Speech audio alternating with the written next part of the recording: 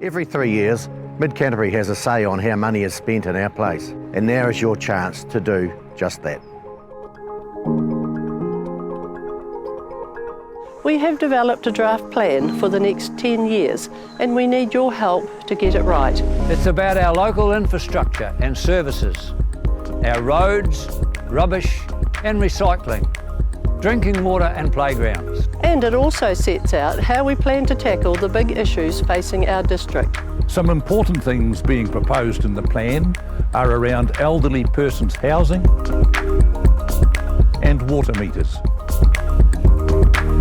Tell us what you think of our draft plan for our place. Check out the consultation document today at itsourplace.com and have your say by the 19th of April.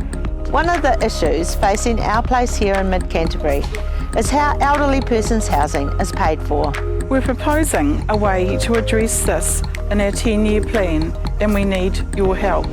Currently, the rents we charge for these houses aren't covering the maintenance cost, and now there's a backlog of work. We've already spent some of our savings or our reserves, but these will soon run out. We have introduced a general rate for all of our ratepayers to contribute to some of these costs.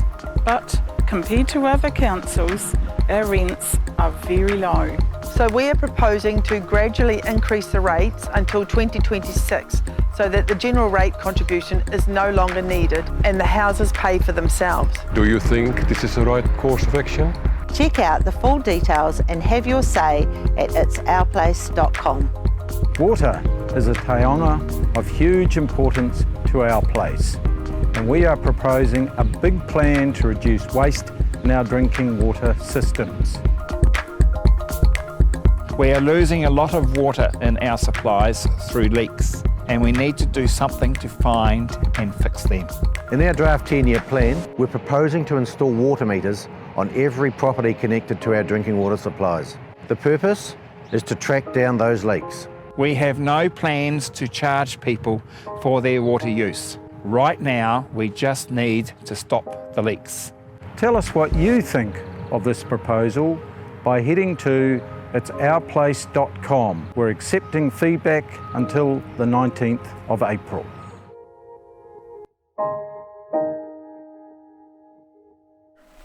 Good evening and welcome to our very first virtual long-term plan meeting. My name is Tony and I'm your MC for the evening. It is my pleasure to hand you over to our Chief Executive Hamish Riak to welcome you and introduce our panellists. Kia ora everybody, good evening. It's our pleasure to be bringing you this digital long-term plan consultation meeting. We found through COVID our ability to connect with the community via Zoom or whatever method worked really well.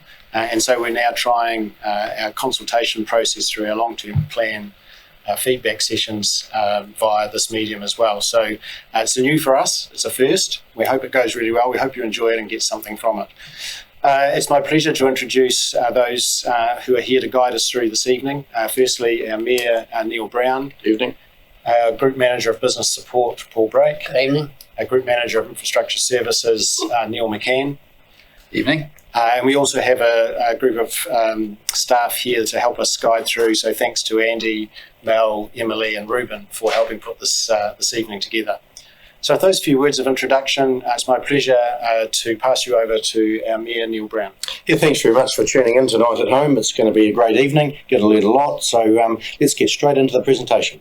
Good evening and thanks for joining us tonight. Let's jump straight into why we're here this evening. We want to talk with you about our draft long-term plan. There's a lot happening in our district. We're changing and growing, and we want to make the most of the opportunities this brings. We will achieve this through planning, similar to any successful organisation or business. We've been working on our plan, and I want to talk to you about what we have proposed, to understand what that will mean for you, including how much they will cost. Just like a household shopping list, you only include what you need, and if the total is out of reach, you remove some items. However, we think we've got the balance right. If there are additional projects you'd like to include, let us know. Likewise, if there's an area we could reduce investment or remove altogether to keep our budget and your rates on track, let us know. But we think it's important to be clear on what we are here for to ensure today is put to best use. We want to discuss with you our proposals at a strategic level. We're here to talk about things that will impact the general population of our district. We aren't here to talk about individual issues. If you wish to raise a more specific, individual issue, I ask that you send us a message and we'll address them after the meeting. This will ensure the pothole, the overgrown tree, the weed-choked gutter, or whatever else is addressed through the right channel. Every 3 years, we put together a long-term plan which sets out our overall direction for the next 10 years, including projects and budgets. It is a legislative requirement to do this every 3 years, and it also gives us the chance to review how we're going and to respond to any changes that have occurred. To ensure we meet the current and future needs of our community, we have community outcomes which guide the decisions we make. These outcomes relate to the 4 well-beings for our community, which are cultural, economic, environmental and social well-being. Developing this 10-year plan is a big piece of work. We began working on this 18 months ago and have had a number of conversations about the many elements of the long-term plan. Our council has had a number of workshops on what to include and also what to leave out. We also had conversations with you last year through the Our Place engagement campaign, and this gave us some really valuable insight about your priorities, and we have used feedback to help us make some hard decisions for the plan. What we present to you here is what we believe is the best path forward. The 10-year plan gives effect to our strategic direction and our key strategic documents. Underpinning these are detailed activity management plans and our policies, bylaws and plans. We keep a close watch on how we are tracking to achieve what we have said we will do through our performance monitoring and reporting. This includes information from our annual resident survey, the feedback we receive through our customer request system, specific activity monitoring, and by listening to you as our community through bespoke projects like the Our Place campaign. So the Our Place campaign is what we refer to as pre-engagement. The aim is to find out what our community's priorities are and whether they have changed much over the past few years. That feedback is then used by the councillors when they are prioritising projects during the development of our draft plan. Across August and September last year, we received 1,120 responses to our survey. One of the main questions that we asked was for people to rank these 8 issues in order of most importance to them. These 8 were identified through work done 3 years ago, before our last long-term plan, are on the right-hand side of the table there, with roading, community safety and environment the 3 at the top. The main change since last time is the Ashburton second bridge moving from 5th position up into 3rd. Roading and community safety stayed in the first 2 positions. With this question, we also asked for feedback on whether people wanted more, about the same, or less work done in each of these areas. These results showed that roading and the second bridge were very clear priorities for our community and where they want council to focus. Alongside these questions, we also asked how people had been affected by COVID-19. The main findings from this were that 1 in 5 had a reduced household income of some sort. On a more positive note though, 43% were spending more locally. So as I said at the beginning, all of this information feeds into the decisions that the councillors make when coming up with the overall plan. It helps them with prioritising where work and funding should go, but there are also a lot of other factors that the councillors need to keep front of mind when making these decisions. So I'll pass you back to the Mayor now to talk through these. Our plan of attack is to keep things running smoothly in the district. In simple terms, this means that we want to keep providing you with the same services that we do right now. The draft LTP has been drafted on that concept. However, there are a number of challenges that are running in the background that underpin our thinking. Water reform. Over the past 3 years, central and local government have been looking for ways to overcome the challenges facing our water services. That is, drinking water, wastewater and stormwater, and these are known as the 3 waters. The government's view is the current service delivery arrangements are no longer fit for purpose and that reform is required. Government is progressing legislation that, put simply, may mean we as a council no longer delivers these activities on your behalf. We have not committed to joining any new entity. However, our community will need 3 water services whether or not we deliver them. Therefore, our current planning budgets and timing of projects in this 10-year plan is based on the business as usual, albeit with the certainty that water quality standards will increase. We will come back to discuss any potential changes with you once we have the full details. Climate change.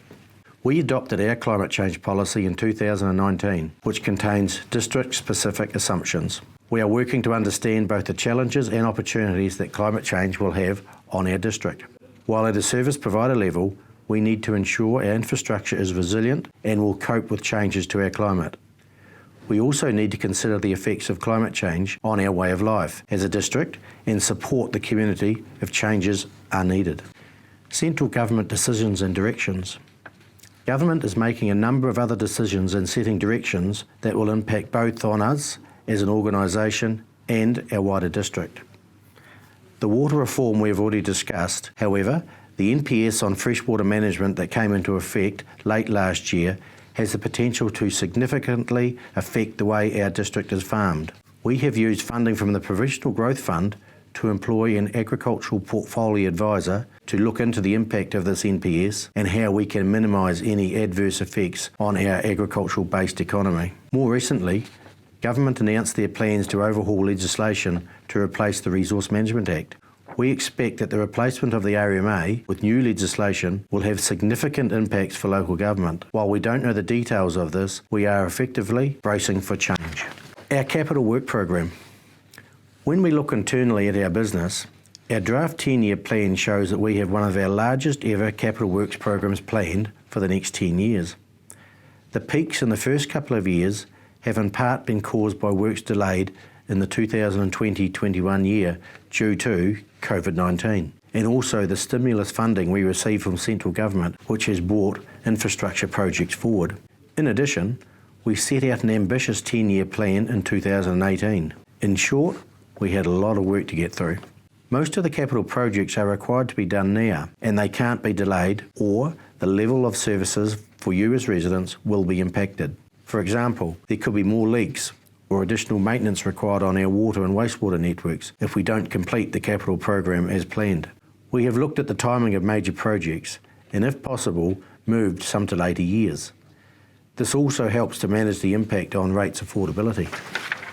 While all of the program work will continue, the consultation document has two key areas that we are specifically seeking your feedback on. The first of these is the installation of universal drinking water meters on all properties connected to a council water supply. We provide drinking water to 70% of our residents through 12 schemes. However, we estimate we could be losing up to 50% of our water from the system, either through leaks or inefficient use. Water leaks are costing us. We still have to pump and treat the water, including the cost of chemicals and electricity, regardless of whether it is being used. This project would put a water meter on every property on our water schemes so that we can detect any abnormal usage and fix any leaks that are identified. We want to be clear that the installation of meters is for leak detection, and therefore we do not, and I will repeat that, we do not intend to charge ordinary water users. We have three options on the table. The first is our preferred option and would see us install meters on all properties connected to our supplies over a 3-year period. This comes at a cost of $5.17 million, which we would loan fund, with repayments to come from those on the drinking water group rate. Option 2 would see us install all of the meters in year 1 at a cost of $5 million, with the same repayment plan as for option 1.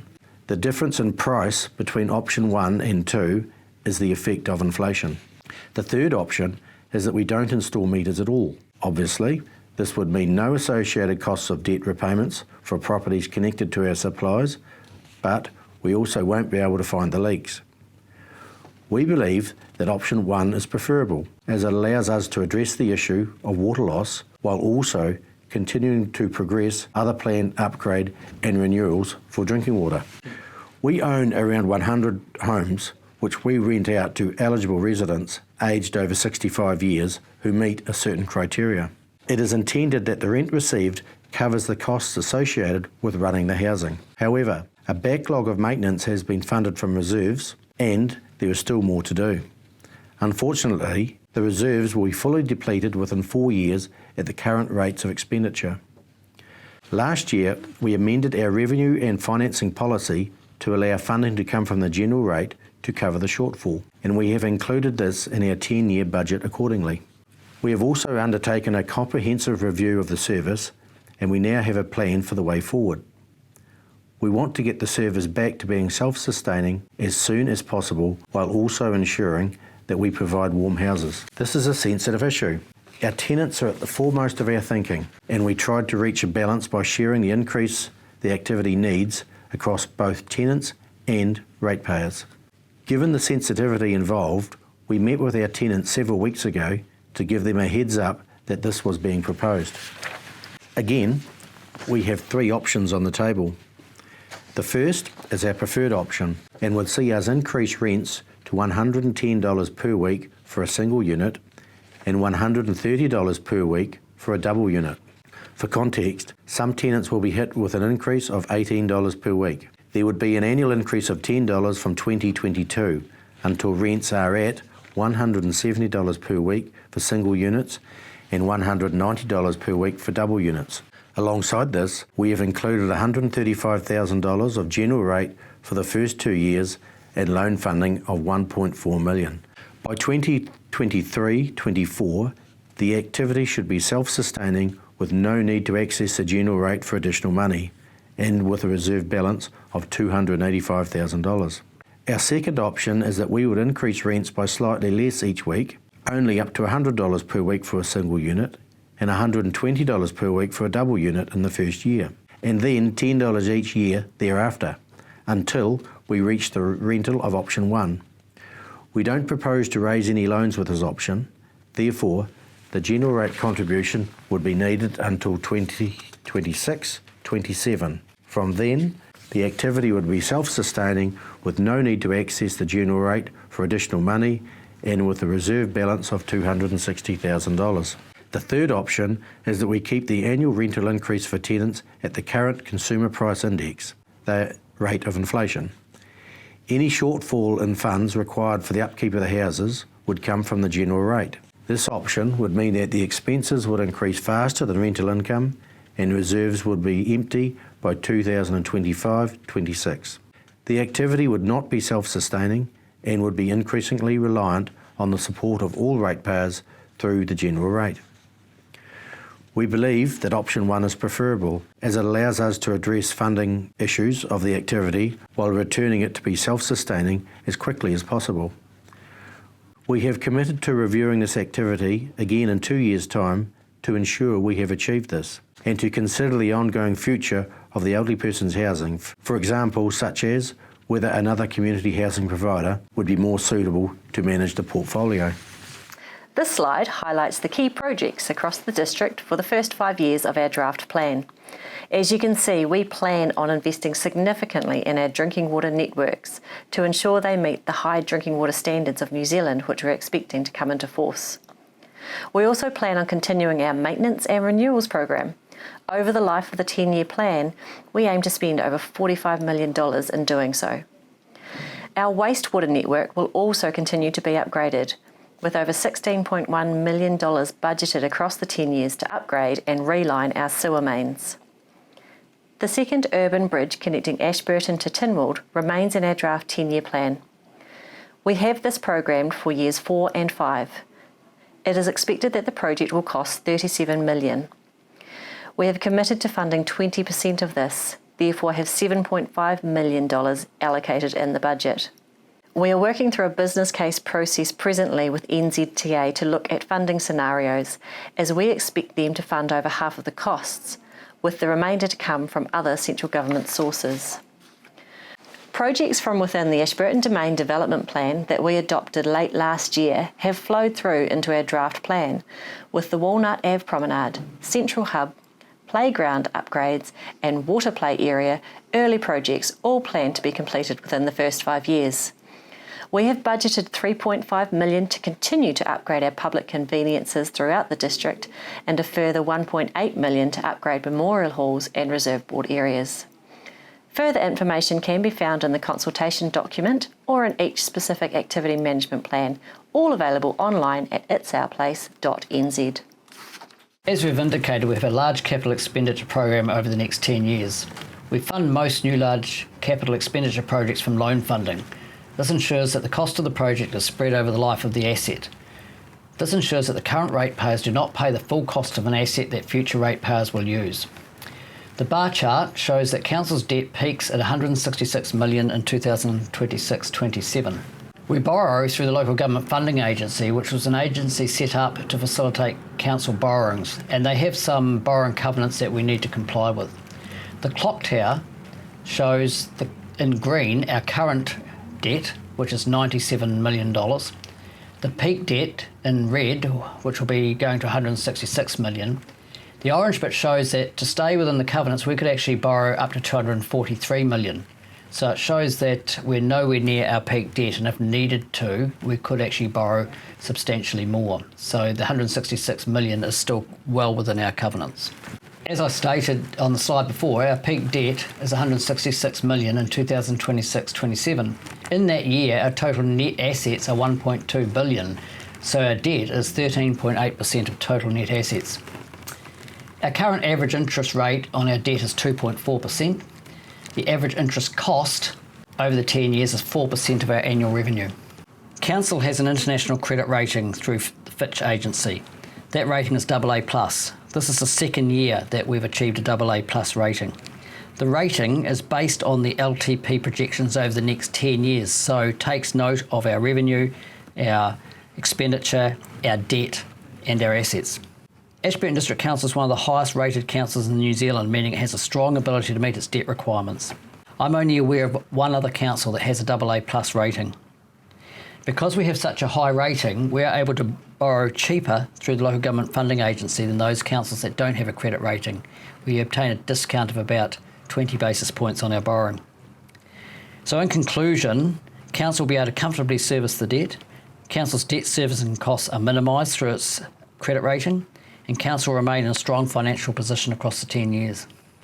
Council is averaging $92 million of revenue over each of the 10 years. Of this, about $50 million is obtained from rates, which is about 54%. The rest are through fees and charges and subsidies and other sources of income. The total average annual operating expenditure is $80 million. Council, in all its financial projections and its rate calculations, includes an allowance for inflation for every year of the LTP except year one. This graph shows an average residential property, what they'll pay per day in rates. That's calculated about $7.25 per day, and it breaks down the areas of where that $7.25 goes. The biggest area is in transportation, which is roading and footpaths, which accounts for $1.48. The next biggest area is drinking water at 93 cents. Recreational facilities at 95 cents and wastewater at 80 cents. Not everybody pays the same rates through the district. It depends really on the value of your property.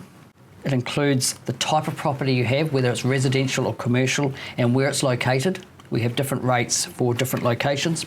And also what services your property obtains. So if you don't have a refuse collection or you don't have a water service, you won't get rated for those activities. Also to note that in the next year, the 3-yearly revaluation for the district is being undertaken. This will provide new valuations for properties right across the district. It's important to note that these new valuations will not be used for the first year of the LTP. The first year of the LTP rates for next year will be set on the current valuations, which are 2018 valuations. The new valuations will only apply from year 2. We also include on our website a rates calculator form, so you can put in your valuation, put in your location, put in with your residential or commercial, and the calculator will calculate what your rates are going to be for year 1. Over the next 10 years, we are proposing rates increases across the district by an average of 4.3% each year, with 6.28% in year 1. So from 1 July this year, as Paul said, the change in rates affects everyone slightly differently though. So to see your rates increase, there are tables at the back of the consultation document for each area, or use our rates calculator online. The graph on the right here shows the rates increase for the past 3 years and the next 10 years. The section of the bar in blue is the rates increase. The orange section is the component of the rates increase that is due to inflation. If inflation is not as high as expected, the rates increase will be less. Every year, we put together an annual plan, which provides more detail on our plan for the year, and the costs are adjusted for what the actual inflation has been. So if inflation isn't as high as has been forecasted, the rate increase will be less than shown here. We appreciate that we have hit you with a lot of information through this presentation, so we encourage you to sit down with a cuppa and have a good read of our consultation document. It has been delivered to every household in the district with last week's courier newspaper. If you didn't receive it, please let us know and we will get a copy to you. Otherwise, simply jump online to our dedicated website, itsourplace.nz, and all the information in the consultation document is there. We would love to receive your feedback through a submission as to if you think we have got this plan right or not, or if you would like to see other projects included in our draft 10-year plan. You can provide a submission to us by completing the submission form online, emailing us your thoughts to submissions@adc.govt.nz, or filling in the paper version and mailing it to us using the free post number provided. Alternatively, if you would rather speak to us in person, please just give the council office a call and we can take down your submission for you. If you do submit, you do have the option of coming along to a council meeting and presenting your thoughts in person to the Mayor and councillors. We are holding the hearings on the 11th of May, and for the first time we'll be offering the ability to join the hearings virtually via Zoom or equivalent, and we will also be holding an evening session so those that are working during the day can join us too.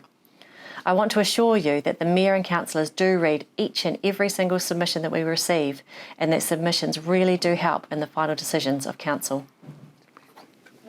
So currently we're at the red circle in the midst of consultation. We opened on the 19th of March and close on the 19th of April, so you've got just under 2 weeks left to get your feedback in. As Tony mentioned, if you wish to attend the hearing and speak to the councillors about your submission, this will be held on the 11th of May. The following day, councillors will spend the day discussing all the feedback they received and make their decisions. Both of these days, the hearings and the deliberations, will be live streamed on our Facebook and YouTube channels if you wish to listen in. Following these discussions, we'll go away and make any required changes to the budgets and write up the final plan, and this will be taken back to council to their meeting on the 30th of June, where they will adopt it. The plan will take action the following day on the 1st of July. Excellent.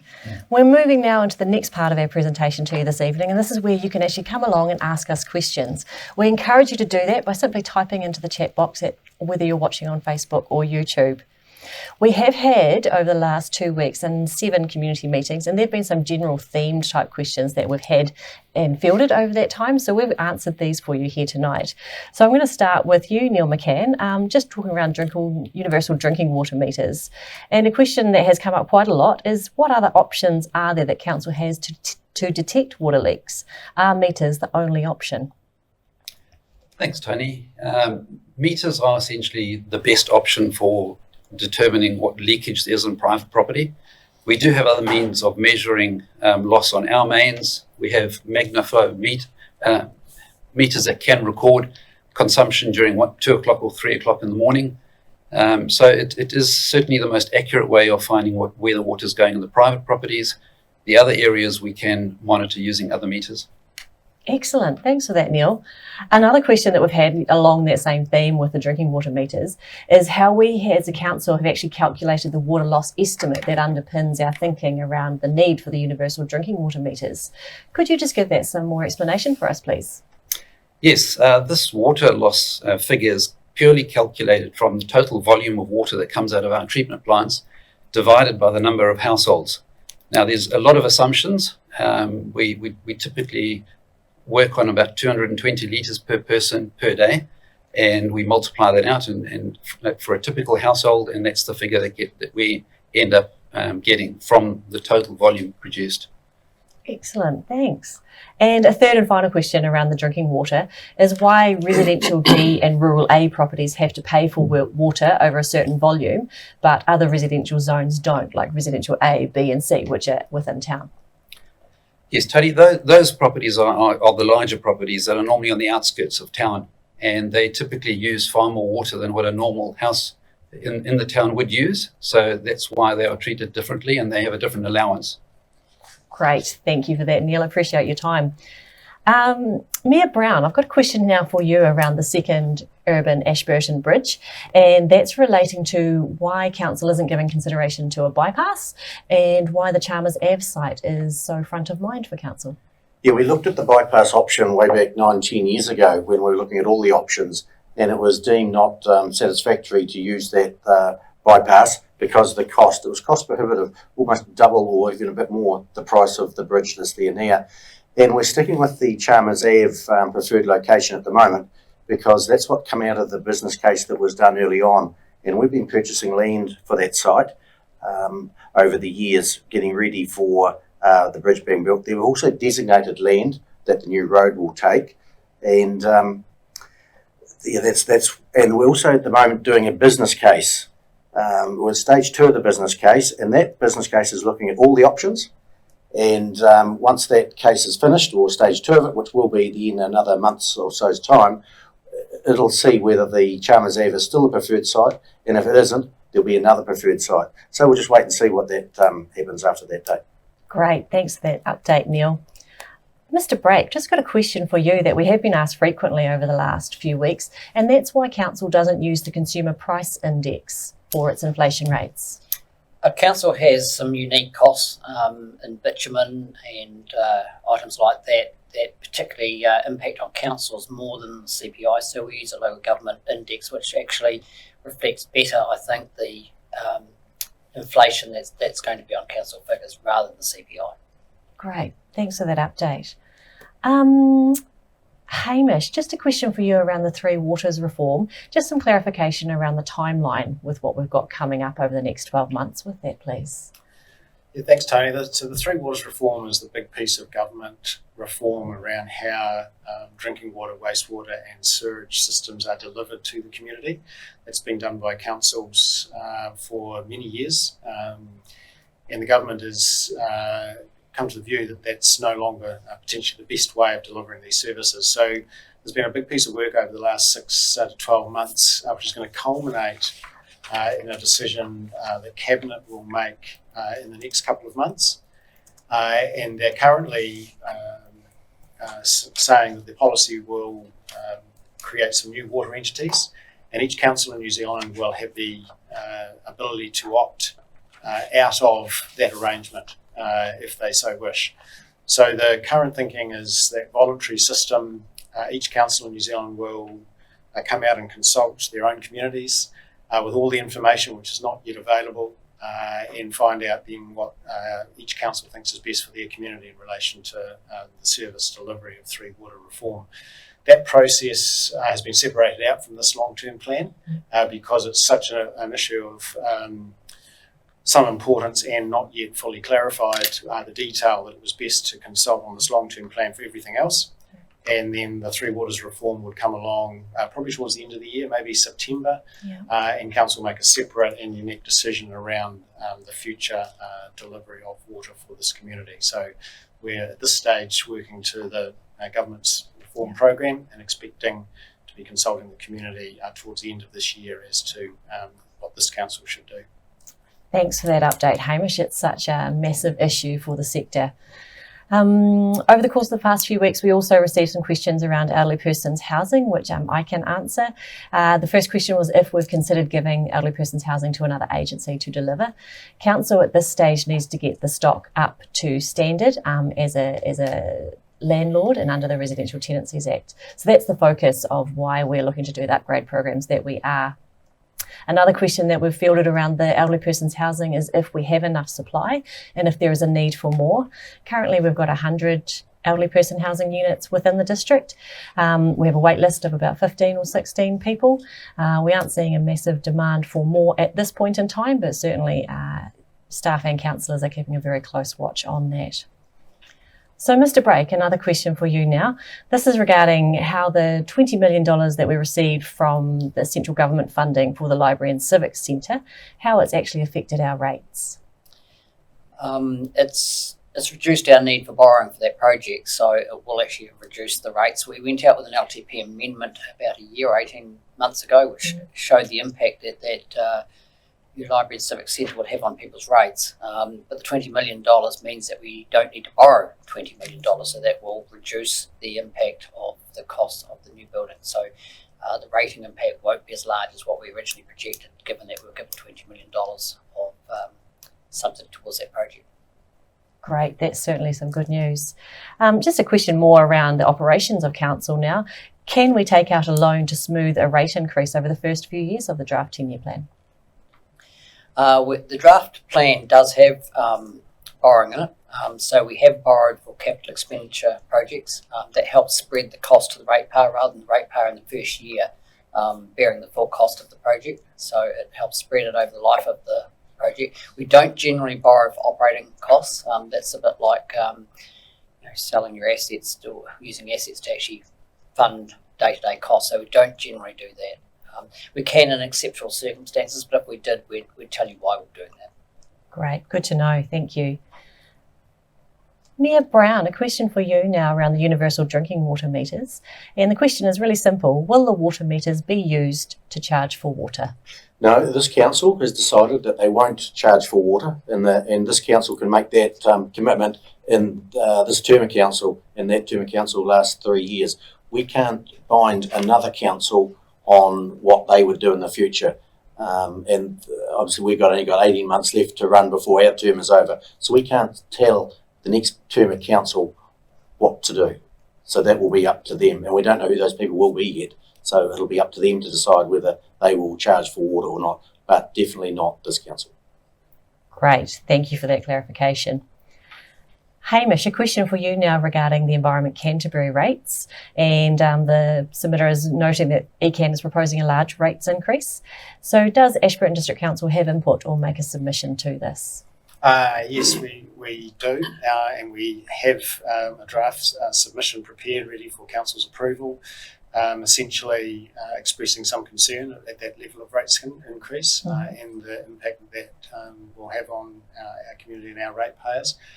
Of course, everybody is entitled to make a submission to Environment Canterbury's long-term plan, and we would urge everybody who has concerns or issues, or even just wanting to express a view, to make the most of the opportunity to have their say to ECAN. But this council certainly will be on behalf of the community.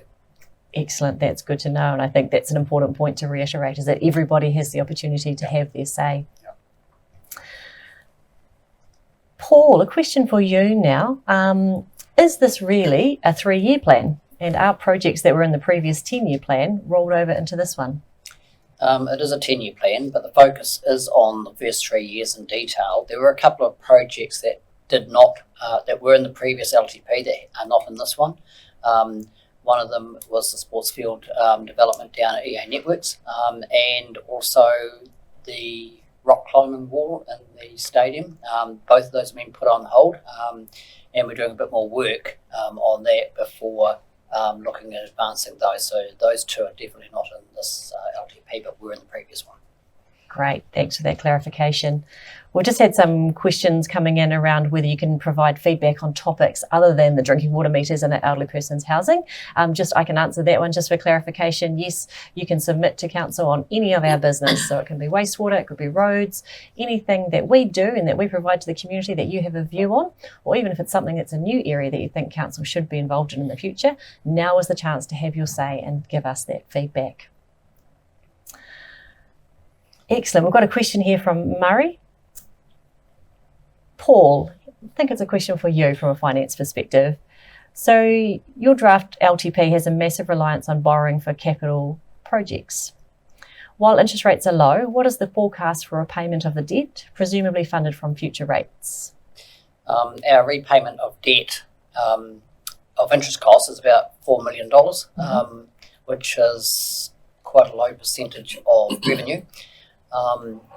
The interest rates are low, but we will be locking in and have locked in some of those interest rates now and will in the future to ensure that if the interest rates do increase, that we are effectively protecting the council's finances from a large increase. So even if interest rates go up, we won't see those effect of those large increases in the near future. Great, thank you for that clarification. A further question that we've got now around our roading. So Neil McCann, I'll come to you on this one. How much are we spending on roads, and particularly compared to previous years? We typically spend approximately $13 to $14 million on roading, and in this long-term plan We have increased that figure. We have increased it. We've asked for a further 3 million from NZTA. We don't know the outcome of that until a couple of months after this long-term plan is approved, unfortunately. Excellent, thanks. And I might just expand or see if someone on the panel, perhaps Hamish, you could expand a bit on that in terms of the funding for eroding, with part of it coming from NZTA, and also that situation where we landed with the long-term plan where we don't have the funding finalised by the time we're adopting the final. Yeah, it's a bit of a dilemma because the timing of NZTA's long-term plan and council's long-term planning process is slightly out of sync. So all we can do as councils is to put our best foot forward, make the cases and submit to NZTA what we would like to have subsidised in our districts. We need, of course, that to go through our own community consultation process and council decision making, but then we have to wait to see whether NZTA is going to approve that level of support for roading projects within our community. We do know that the NZTA Land Transport Fund is under some pressure.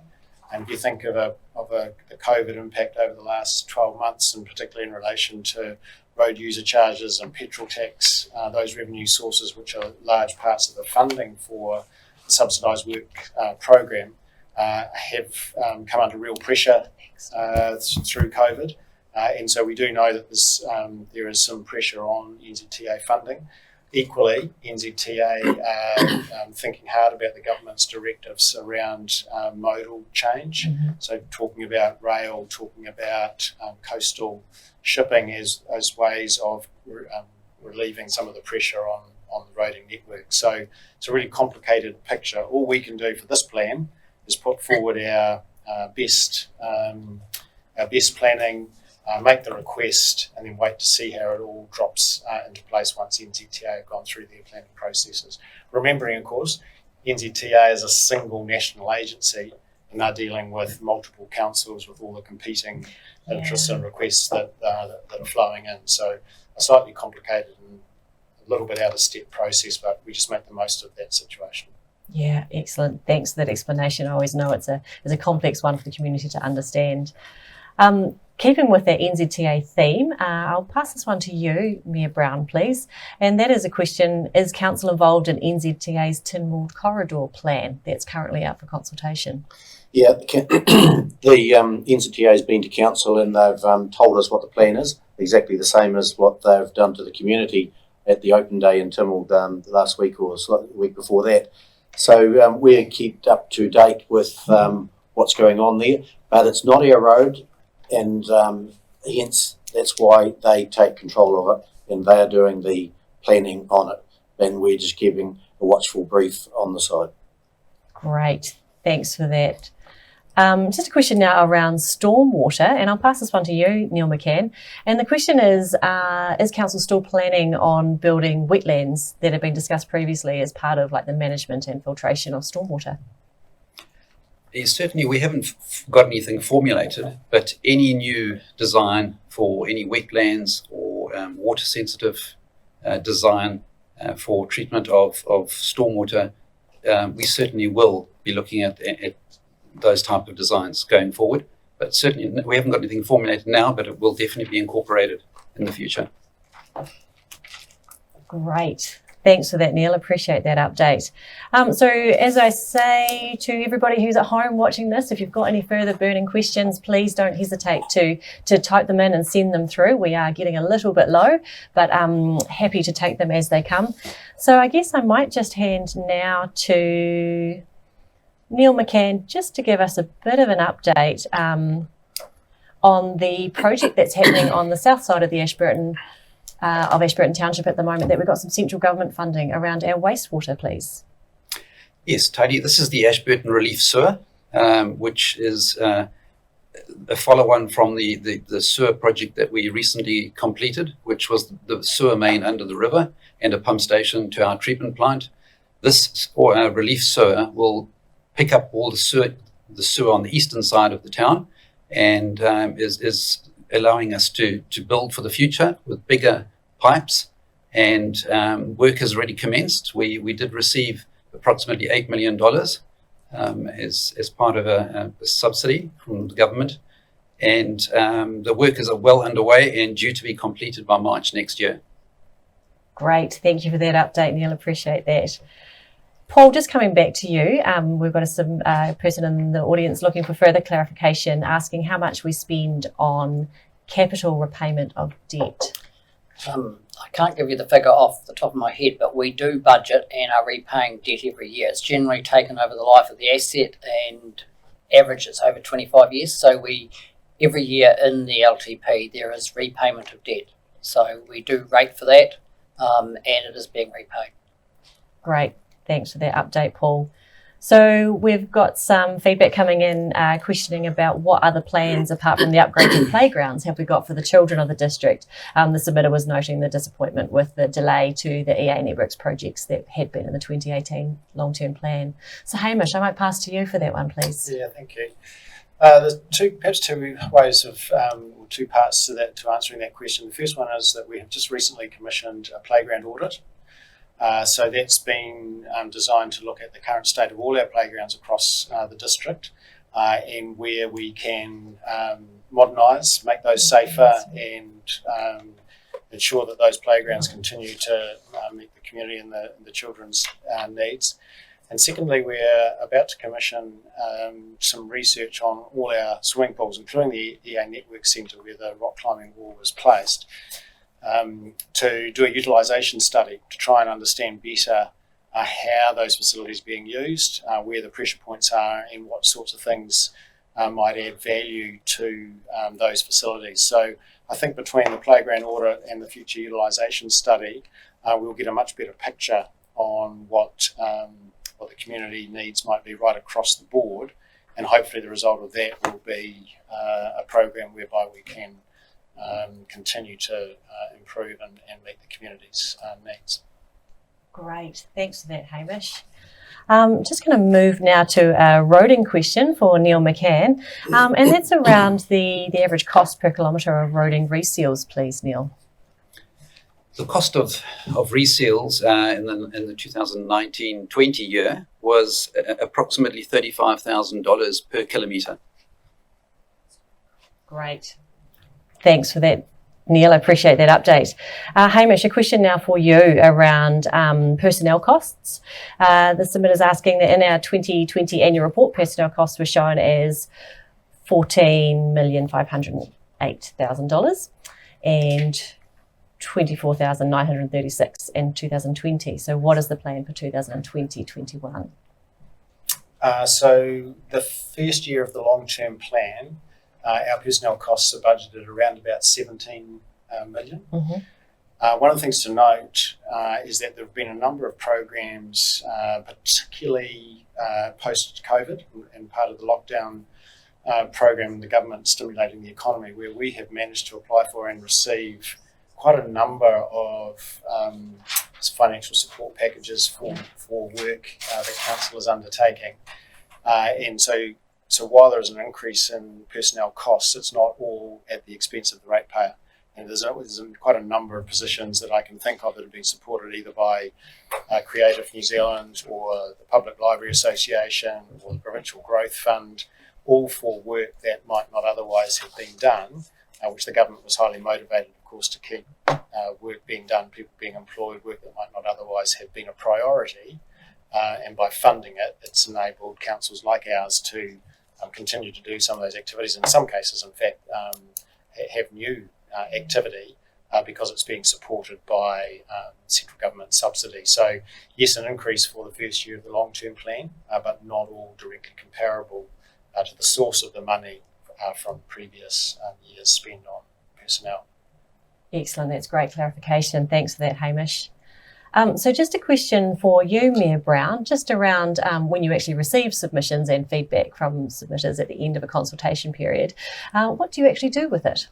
Well, they get sent in to us here at council, and with some people who open them up or print them off, and then these wonderful people collate them into categories, and they also summarise them, and that all goes into a booklet which is summarised, so councillors can look at the summary, but also attached to the booklet is the full submission. So we can go through the submission booklet and read every submission as we do, and we also obviously can see the summary as well. So the summary helps us make decisions without having to flick through hundreds of pages of paper. The summary has got it down into probably 10 or 15 pages, so it's a lot easier. But backing up that summary is the full submission for us, available to us, so we give it the full consideration it deserves. Great, thank you for that update, Neil. So I've got a question now in from Michael, and it's regarding the speed limit through Rakaia. Neil McCann, I might send this one to you if that's okay. So the question is, with the growth of Rakaia, is there a plan to bring the speed limit down from 70 kilometres per hour on the main road, so the state highway, with children and families walking to school and nowhere to safely cross from the east side of a town? Or is this only something that NZTA deals with? Yes, the main road through Rakaia is the state highway, and that is managed by NZTA. So they would be the ones to approach. You're welcome to put it into a submission and send it to us in our submission, and we'll forward that on to NZTA. Excellent, thanks for that update, Neil. It's certainly a bit of a tricky one sometimes with these state highways that are running through the centre of our district. We are running a little low on questions, so anyone out there in the community who's willing to ask, please send them through. We do have one now regarding personnel costs pre-COVID. So the suggestion being that the personnel costs pre-COVID were 14.5 million, and the 21 LTP is saying 17 million. And the question is, shouldn't we be looking to reduce staffing? So Hamish, I might pass that one to you. What we want to do is get the work done that council commits to. And whether that's reducing staff, whether it's using consultants or contractors, our obligation is to get the work done. And one of the dilemmas for a council through a crisis like COVID is the dichotomy, I suppose, of cutting costs because some people are suffering, or keeping expenditure going so the economy doesn't tank. I could make it worse by cutting right back. And me and Neil, I know the council, a year ago, I had some really robust discussions about what's the role of a council, what's the role of the public sector in times of financial stress and uncertainty.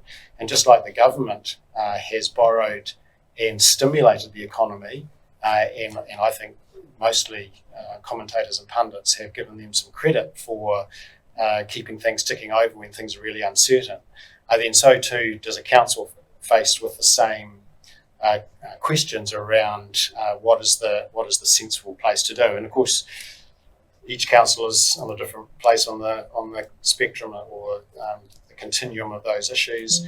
And overall, then we take a concerted majority decision as to where's the right place for this council. And in this case, council has we did reduce last year's rate intake because of the crisis, but was mindful that it didn't want to cut so hard that we would tip the local economy into a worse recession than it might otherwise have been in. So that's the sort of balance that councils consider, and that's the dilemma, I guess, which is part of the response to that question.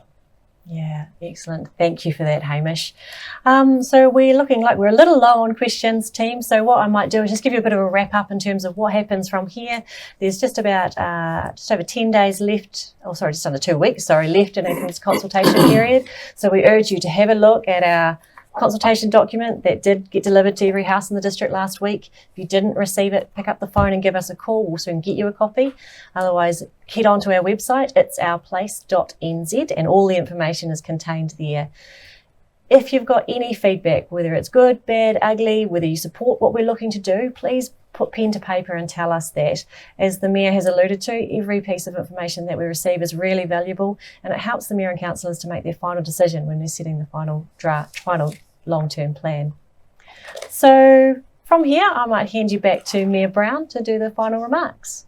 Yeah, that's good. Thanks, Tony. And thanks, everyone, for joining in tonight. It's a new way of doing it with us engaging with the community. I hope it's worked.